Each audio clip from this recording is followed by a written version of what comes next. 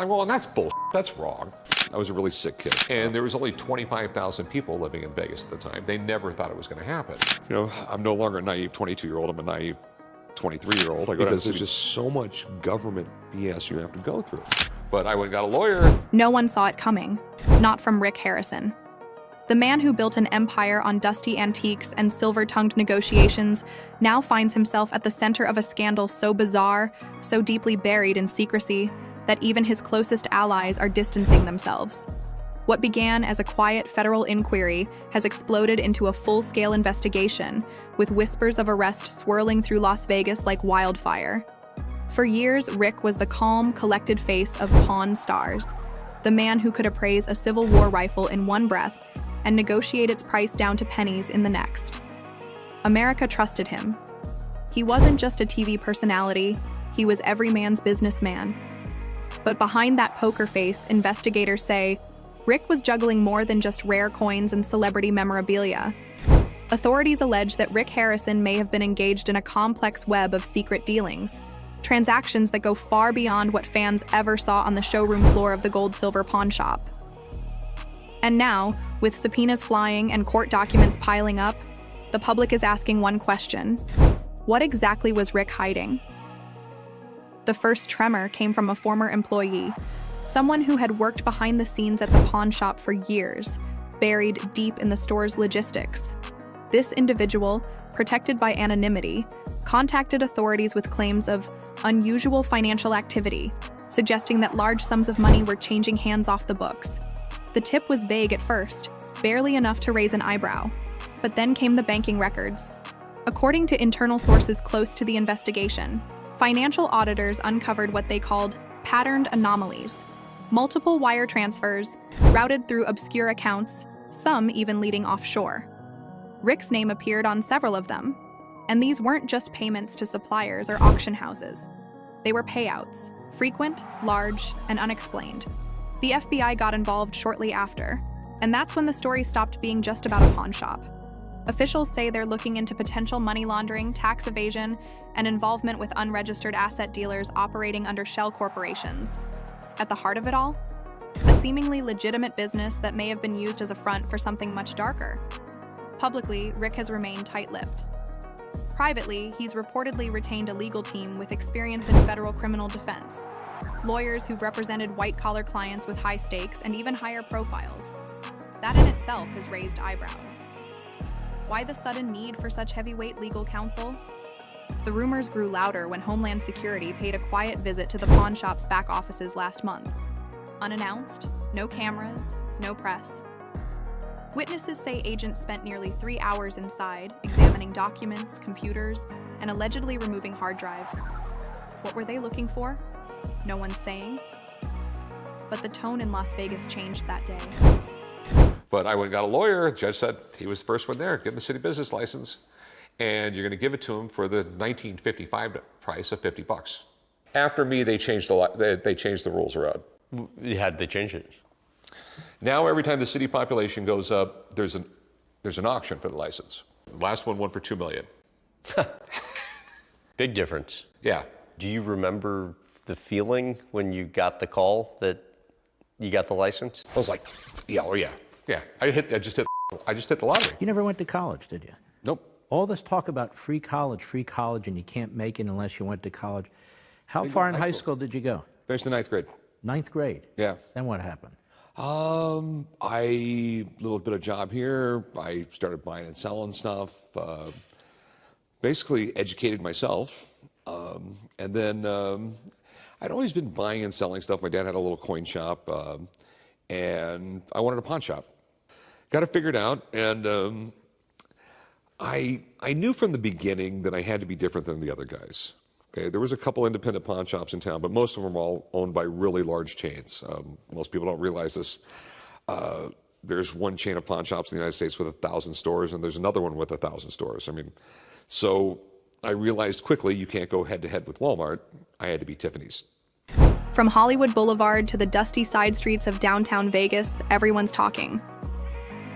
Was Rick Harrison really just a smart businessman with a taste for odd collectibles?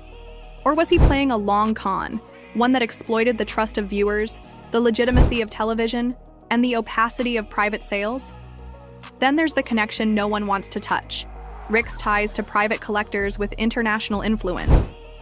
Among the names quietly mentioned in sealed files, a European antiquities dealer flagged in a previous trafficking probe, a Southeast Asian billionaire linked to smuggled artifacts, and even a Middle Eastern arms enthusiast who reportedly purchased rare World War II gear through private channels. None of these individuals have been officially charged, but their ties to Rick, documented in emails, travel records, and item logs, have created what one insider described as an undeniable network of questionable trade.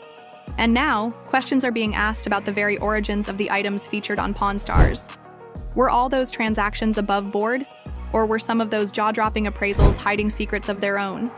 One source says a particular episode, never aired, featured a seller bringing in a rare ceremonial weapon with suspicious origins. The episode was pulled at the last minute. No explanation was given. The item? Never logged into inventory. Investigators have been trying to track it ever since. Rick's public image hasn't cracked yet, but behind the scenes, cracks are definitely forming. Insiders say his longtime co-stars are rattled. Corey Harrison, his son and business partner, has reportedly limited public appearances. Chumlee, always the comic relief, hasn't posted online in weeks. And store staff? Tight-lipped. Like they've been told exactly what not to say. Some believe Rick's silence is strategic, buying time as his legal team negotiates behind closed doors. Others say he's preparing for a worst-case scenario: indictment. What makes this case so gripping isn't just the potential fall of a TV icon. It's how easily it could have gone unnoticed. After all, a pawn shop is a perfect place for discreet exchanges. No red tape, no questions, just a handshake and a deal. And when you've got a global TV platform showcasing your legitimacy, who's going to dig deeper? But someone did dig. According to whistleblowers, the first clue came from a single item: an ancient Roman coin that Rick had personally verified and purchased for $80,000. But when the coin resurfaced in a European museum, flagged during an international recovery mission, alarm bells went off. It wasn't just a fake, it was part of a stolen set looted during a 2013 excavation raid. That's when Interpol got involved. Now, the investigation has gone global, stretching from Las Vegas to Rome, from Tokyo to Istanbul. And Rick Harrison is at the center of it all. How did it come to this? How did the man who built an empire on history become part of a criminal mystery that could tarnish everything he ever touched? One word keeps coming up in reports: control. Sources say Rick operated the gold-silver pawn shop with meticulous control, demanding that all appraisals, acquisitions, and purchases go through him or his immediate circle. That level of centralization, while good for business, may have also allowed problematic deals to slip through unnoticed or deliberately overlooked. And it gets darker. In 2022, a former inventory manager reportedly filed a complaint, sealed at the time, alleging that some items brought in for private sale were high risk and potentially non-legal. The complaint went nowhere, allegedly due to lack of evidence. But now, that document has resurfaced, and it's getting attention. The public is now left in suspense. Will Rick Harrison be arrested? Will he face federal charges? Or is this an overblown misunderstanding fueled by circumstantial connections and internet hysteria? What's clear is this: the gold-silver pawn shop will never be seen the same way again.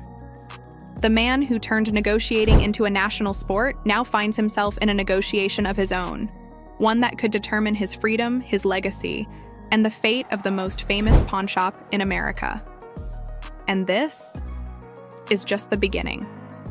As pressure mounted, Rick Harrison's carefully curated world began to show signs of fracture. On the outside, the neon glow of the gold-silver pawn shop still burned bright on Las Vegas Boulevard. Tourists still posed for selfies in front of the iconic storefront. But inside those walls, the energy had shifted. Surveillance cameras had been repositioned. Longtime employees had been quietly let go. And the office where Rick once held court now sat behind a newly installed electronic lock, its access limited to just 3 people, including Rick himself. Behind that door, investigators believe, critical decisions were made. Decisions that now lie at the heart of a looming federal indictment. According to sources familiar with the probe, Federal agents are pursuing an angle involving what they refer to as high-value asset masking. In plain terms, items of extreme value, historical artifacts, precious stones, rare currency, allegedly being misrepresented on inventory sheets to downplay their worth or origin. In some cases, items worth over $100,000 were allegedly logged as miscellaneous jewelry or vintage collectibles. Why the deception? Authorities believe it may have been a deliberate attempt to funnel money and goods through channels invisible to regulators, tax agents, and international monitoring bodies. And Rick, they say, wasn't just aware, he may have been orchestrating it. This isn't the story fans expected. After all, Rick built his entire brand on transparency, knowledge, and tough but fair negotiation. Every viewer watched as he grilled sellers, scrutinized certificates of authenticity, and refused shady deals. But now, former staff claim that what was shown on television was only part of the truth, and that some of the biggest transactions never made it on camera at all. They kept 2 books, said one anonymous former employee, the one they showed producers and the one they kept locked up.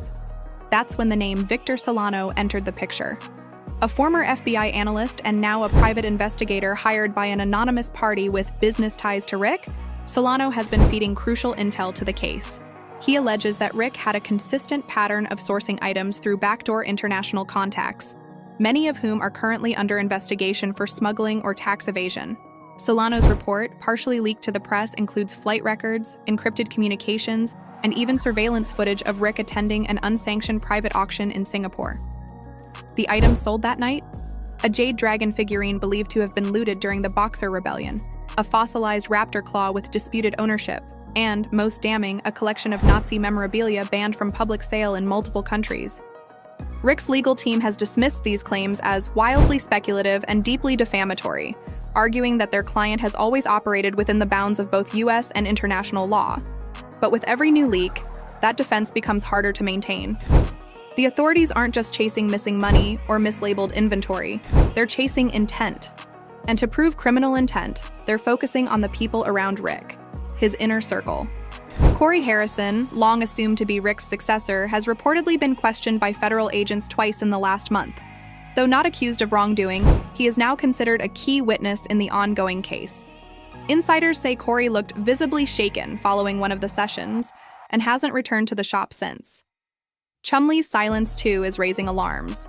Once the most vocal and flamboyant member of the cast, he has gone completely dark. No tweets, no live streams, no meet and greets. His last Instagram post, a black and white photo of a pawn ticket from 2009, simply said, "Some things come back around." What did that mean? Speculation is rampant. Some say Chumlee was warned. Others believe he may be cooperating with investigators under a non-disclosure agreement. And then there's a third theory, that Chumlee himself has information that could either exonerate or bury Rick once and for all. Adding another layer to the chaos is the civil litigation brewing in the background. 2 separate collectors have filed lawsuits alleging they were sold falsified or stolen artifacts directly by the gold-silver pawn shop between 2017 and 2021. One of the plaintiffs, a European nobleman with holdings in Monaco, claims he paid $240,000 for a verified Roman gladius that turned out to be a modern replica. The other claims their purchased artifact was later reclaimed by customs as stolen property from a Peruvian dig site. And the paperwork for both? Allegedly signed by Rick himself.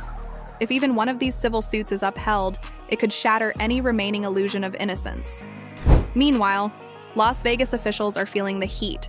The pawn shop is a major tourist draw, a staple of local lore, and a multi-million-dollar business that supports dozens of jobs. A full shutdown, let alone a seizure, could ripple through the economy. That's why city leaders are walking a tightrope, supporting the investigation while trying to protect the business from collapse.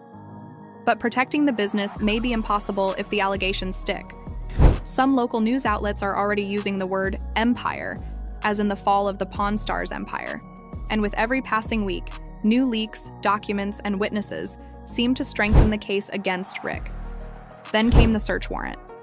Last Tuesday, a joint task force, including the FBI, IRS, and Department of Homeland Security, executed a formal search of Rick's private residence in Henderson, Nevada. Witnesses saw agents entering the property at 6:13 a.m. and leaving just after noon with several sealed containers, multiple laptops, and a hidden safe removed from the garage. What was in that safe? No one knows. But according to insiders, its contents could accelerate the timeline of formal charges. Rick was not home at the time of the raid. He was allegedly meeting with his legal team in Los Angeles. But when he returned and saw what had unfolded, neighbors say he appeared visibly enraged and spent hours pacing the backyard while on the phone. That night, for the first time, Rick issued a personal statement.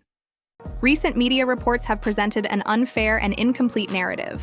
I have always operated with honesty and integrity, and I look forward to clearing my name. I ask for privacy and patience as this matter unfolds. But for many, it was too little, too late. Because the next morning, federal prosecutors confirmed that a preliminary indictment had been drafted, and that Rick Harrison is officially listed as a person of interest in an ongoing criminal enterprise investigation. This isn't just about shady deals anymore. It's about whether a trusted public figure misused that trust to enrich himself at the expense of global law and historical integrity. And that leads us to the most critical question of all: what happens next? As federal investigations escalate, Rick Harrison's once revered legacy now teeters on the edge of total collapse, with mounting evidence linking him to a web of secret dealings, international artifact trafficking, and financial deception. What began as whispers of irregular inventory has exploded into a full-blown federal probe, with potential charges ranging from customs fraud to money laundering under Operation Glass Vault. With key witnesses stepping forward, sealed safes seized, and prosecutors drafting indictments, the man who built an empire on historical truth may soon face history's harshest judgment. And now, the world watches as the Pawn Stars' final and most dangerous negotiation unfolds in the courtroom, not across a counter. But what do you think? Will Rick go down for good, or is there more to the story than meets the eye? Drop your thoughts below. I'm reading every single comment.